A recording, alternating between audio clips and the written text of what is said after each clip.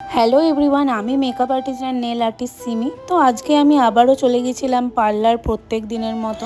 এবং যেহেতু আমি আগের দিনের সন্ধ্যেতে নেল এক্সটেনশন করেছিলাম এবং আমার প্রোডাক্টগুলো গুছিয়ে যাওয়া হয়নি এইদিকে আমি এসে পার্লারে দরজাটা লাগালাম এবং পার্লারে ঢুকে আমি দরজাটা লক করলাম এবং লাইট ফ্যানটা অন করে দিলাম। আর যেহেতু আমি বাড়ি থেকে কিছু খাবার খেয়ে আসিনি, তাই টিফিনটা রেখে ব্যাগটাও রেখে দিলাম।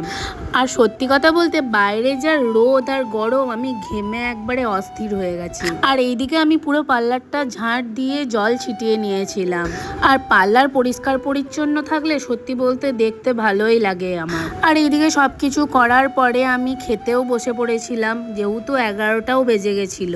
আর দুপুরবেলা বসে বসে সময়টা কাটিয়ে নিয়েছিলাম, যেহেতু কোনো কাস্টমারও ছিল না তারপরে চলে গেছিলাম আমার বাড়ি। আর এইদিকে বিকাল হতেই পার্লারটা খুললাম এবং আমি এবং আমার মা দুজনেই চলে এসেছিলাম পার্লারে।